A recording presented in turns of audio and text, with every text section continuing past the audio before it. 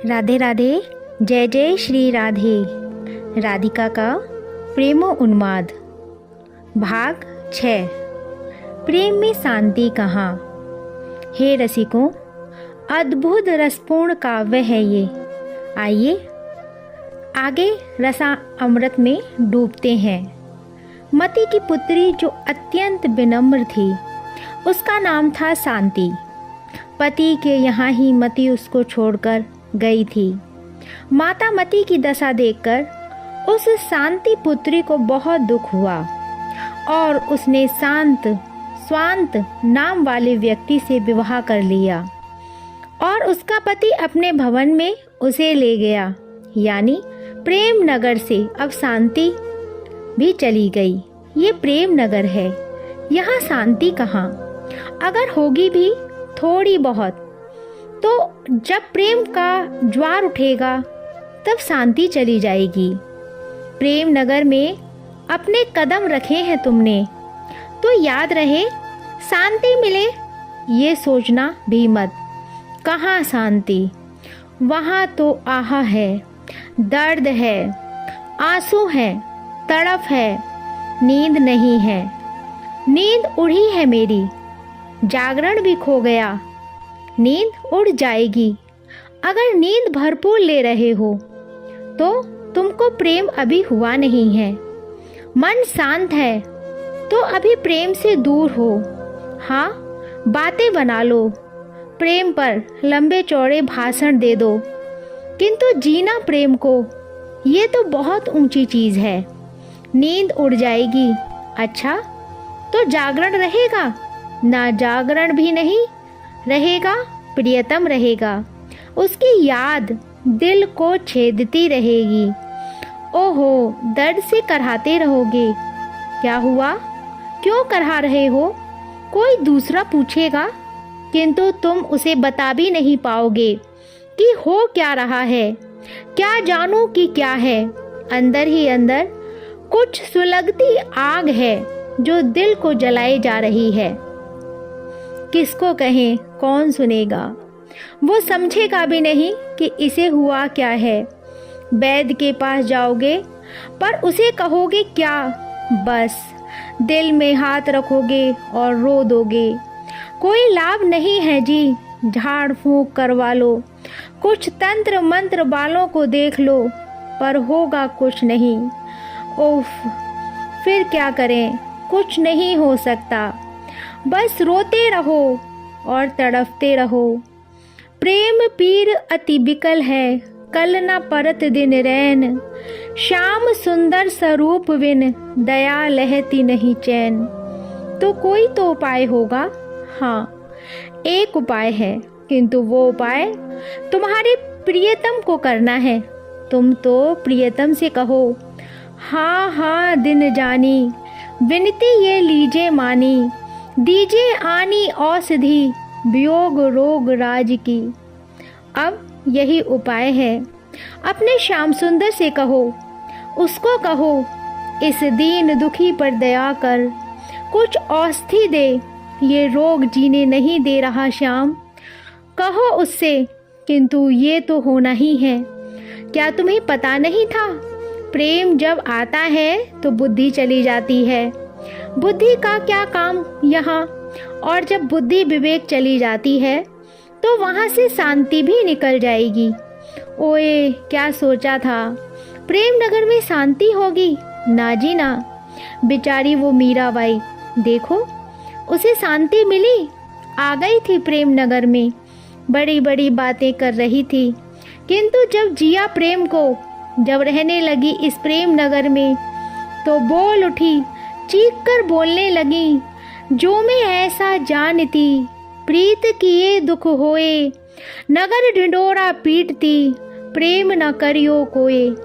शांति से रह रही थी अपने महल में, राजमहल में उसका वास था, सुख सुविधा उसके कदमों में थे। अब क्या जरूरत पड़ी कि प्रेम कर बैठी। नंद नंदन श्याम सुंदर से उसे प्रेम हो गया। ये बाबा जी लोग ही बिगाड़ते हैं। मुझे याद है बक्सर वाले मामा जी कहते थे हम आग लगाना जानते हैं, बुझाना तो वही जानता है। आग लगा दी इन बाबाओं ने, इनका काम क्या है? यही तो, जिसका दिल सुंदर देखा उसी से प्रेम की चिंगारी छोड़ दी। देखो इस बेचारी मेड़ता की मीरा को, संतन ढिंग बैठ बैठ लोक लाज खोई। प्रेम नगर में जाना है तो ये सब तो होगा ही होगा, इसलिए सावधान रहो। क्या होगा अब बता तो दो। कुछ नहीं होगा, पड़े पड़े करहाते रहो। दिल में घाव बन गया है और वो नासूर हो गया है। अब तो यही उपाय है कि श्याम सुंदर को बुलाओ, वही करेंगे। क्या करेंगे? वो तुम्हें प्रेम की सेज में लिटाएगा, फिर अपने सुंदर रूप से तुम्हारे घाव को सेकेगा, फिर अपने नैनों के लाल डोरे से घाव में टाँका लगाएगा।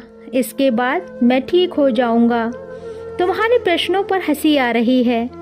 ठीक तो तुम होंगे ही नहीं, और यार इतने ही कमज़ोर हो तो क्यों आए इस प्रेम नगर में? अभी तो देखते जाओ आगे आगे। उफ, प्रेम बाण जे ही लागिए, औषधि लगत न ताही। सिसकी सिसकी मरी मरी जिए, उठे करहाई करहाई। मती की बेटी शांति है। मती उसे पति के यहाँ छोड़कर स्वयं पिता के चली गई थी, किंतु शांति ने जब देखा कि यहाँ वो कैसे रहें, उसकी सौतिया माता रति ने चारों ओर अपना साम्राज्य फैला दिया है और उसकी माता मती को कष्ट मिल रहा है, तो शांति ने विवाह करके इस देश प्रेम नगर को छोड़ना ही उचित समझा। हे रसिकों, शांति ने एक व्यक्ति से विवाह किया जिसका नाम था स्वांत। ये भी प्रेम नगर को छोड़कर जा रहा था, तो शांति ने इसी से विवाह कर लिया और उसके साथ चली गई। ये युवक शांत रस का उपासक था। अब प्रेम नगर में शांत का उपासक कैसे रह सकता है? हे गोपियों, अपने हृदय को शांत रखो। वो उद्धव जो ज्ञानियों में श्रेष्ठ हैं, वही समझा रहा है। आग लगी है हृदय में, कैसे शांत हो हृदय? गोपियों ने तो दो टूक कह दिया। शांत करो हृदय को, उद्धव ने फिर समझाया। हंसी गोपियाँ। तू पागल है क्या उद्धव? कितनी सरलता से बोल रहा है कि हृदय को शांत करो। इतना सरल होता तो बात ही क्या थी, पर तुमको व्यथा क्या है? उद्धव की इस बात पर गोपियाँ कुछ नहीं बोलीं। क्या बोलें? गोपियाँ बताओ, मुझे भेजा है तुम्हारे प्रियतम ने, मुझे कहा है उनको समझाना। गोपियों को बड़ा क्रोध आया उद्धव की इस बात पर उनका क्रोध तुरंत आंसुओं में बहने लगा। बेचारी क्या करें, हिलकियों से रोती हुई बोली, उद्धो हम प्रीत किए पछतानी, हम जानी ऐसी नी बहेंगी उन कुछ और हूँ ठानी। नहीं, उन्होंने कुछ नहीं सोचा है। उद्धव ने कहा, यही तो दुख है उद्धव, हमारे बारे में वो कुछ सोचते ही नहीं है। हमें उपदेश दिया जाता है, हमें समझाया जाता है, पर हमको लिख लिख जोग पठावत करी कुंवरी रानी। उधर उस कुंवरी को रानी बनाकर बैठा है वो, और हमको जोग सिखाया जा रहा है। गोपियाँ ये कहते हुए दहाड़ मार मार कर रोने लगीं। शांत सब कुछ चला गया है हमारे हृदय से। उद्धव, तेरे जोग के ज्ञान से अब कुछ नहीं होगा।